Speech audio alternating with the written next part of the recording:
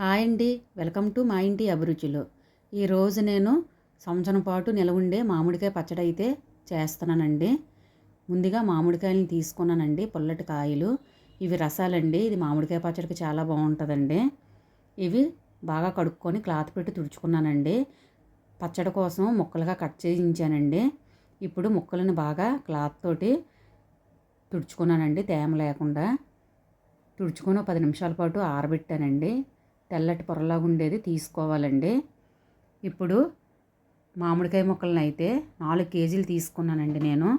4 కేజీలకి oil అయితే 2 కేజీలన్నర పడుతుందండి. పల్లీల నూనె తీసుకున్నానండి. ఇప్పుడు కొంచెం ఆయిల్ వేసుకొని మామిడికాయ ముక్కల్లో కలుపుకోవాలండి. ఇలా కలిపినట్టయితే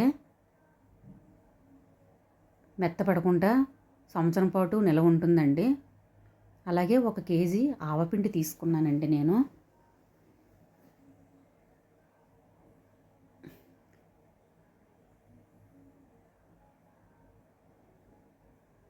ఇప్పుడు 4 చెంచాల మెంతులు ఎండలో ఎండబెట్టి పొడి చేసుకొని వేసుకుంటున్నానండి. ఇప్పుడు నూనె, ఆవపిండి, మెంతిపిండి అంతా కలిసేలాగా కలుపుకుంటున్నానండి.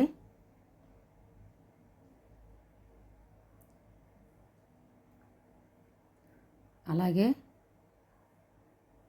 1 చెంచా పసుపు అయితే తీసుకున్నానండి నేను. పసుపు వేసుకొని బాగా కలుపుకున్నానండి. 1 కేజీ కారం కూడా వేసుకున్నానండి. ఇప్పుడు 3/4 కేజీ కల్లుప్పునైతే గ్రైండ్ చేసి వేసుకున్నానండి. అలాగే 100 గ్రాముల వెల్లుల్లిని కూడా కచ్చాపచ్చాగా దంచి వేసుకున్నానండి. ఇప్పుడు మొత్తం అంతా కలిసేలాగా కలుపుకోవాలండి. ఇప్పుడు ఇవన్నీ కలుపుకుంటూ ఆయిల్ అయితే వేసుకున్నానండి. 4 కేజీల ముక్కలకి 2 కేజీలన్నర ఆయిల్ పడుతుందండి. అలాగే 1 పావు వెల్లుల్లిపాయలు అయితే వేసుకున్నాను పొట్టు తీసి. ఇప్పుడు అన్నీ కలిసేలాగా కలుపుకోవాలండి. ఇప్పుడు ఒక జాడీలోని వేసుకొని 3 రోజుల పాటు పక్కన పెట్టుకోవాలండి.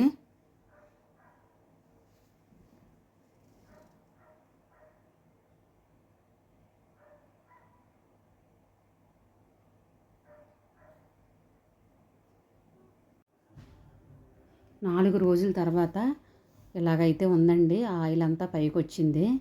ఇది వేడివేడి అన్నంలోనే నెయ్యి వేసుకొని తింటే చాలా బాగుంటుందండి. సబ్స్క్రైబ్ చేయడం మాత్రం మర్చిపోకండి. Thank you for watching.